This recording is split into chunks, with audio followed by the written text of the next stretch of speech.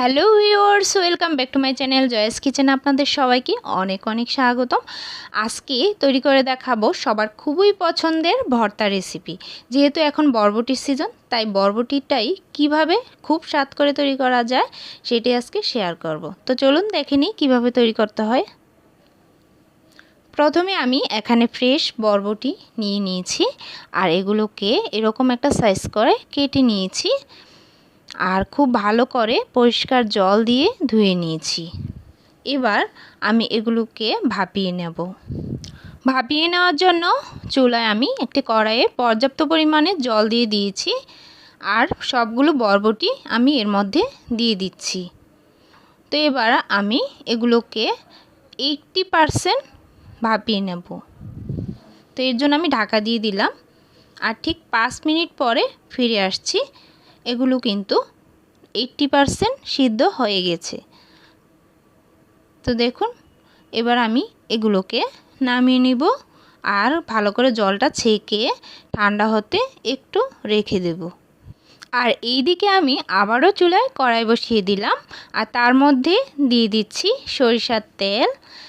তো সরিষার তেলটা যখন ভালো করে গরম হবে, যেমন ধোঁয়া ওঠা শুরু করবে, তখন আমি এর মধ্যে শুকনা মরিচ কয়েকটা দিয়ে দিলাম। তো ঝালটা আপনারা ইচ্ছে অনুযায়ী দিয়ে দিতে পারবেন। তো এখানে আমি শুকনা মরিচ দিয়ে দিলাম আর ভালো করে ভেজে নিয়েছি। তো এবার উঠিয়ে নিলাম আর এরপর আমি একটা রসুনের যতগুলো কোয়া ছিল সবগুলো দিয়ে দিলাম। তো এবার এগুলোকে হালকা একটু বাদামি কালার চলে আসলেই ভেজে তুলে নিচ্ছি।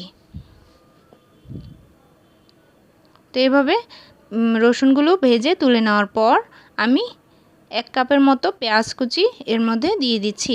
এগুলোকেও আমি একটু হালকা বাদামি কালার করে ভেজে নিব। তো এখানে 3টার মতো পেঁয়াজ কুচি দিয়েছি। তো একটু ব্রাউন কালার যখন চলে আসবে তখন আমি এগুলোকে নামিয়ে নিচ্ছি। পেঁয়াজটাকে একটু ভালো করে ভাজলে গ্রানটা কিন্তু খুব ভালো আসে।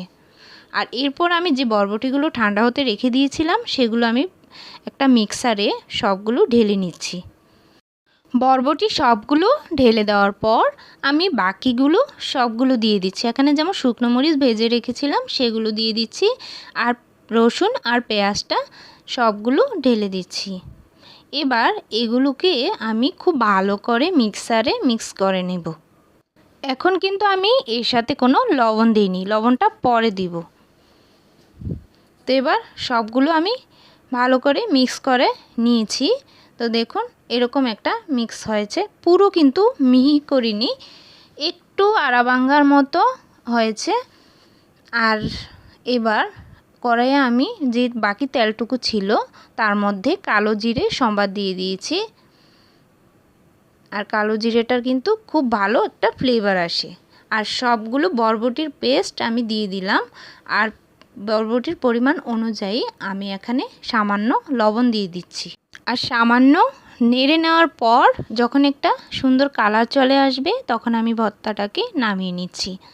তো আজকের রেসিপিটি এই পর্যন্ত। যদি আপনাদের ভালো লেগে থাকে অবশ্যই কিন্তু লাইক আর কমেন্ট করে জানাবেন কেমন হয়েছে। আর অবশ্যই বাসায় ট্রাই করবেন, আশা করছি অনেক ভালো লাগবে। তো আজকের মতো এখানেই বিদায় নিচ্ছি। ধন্যবাদ সবাইকে।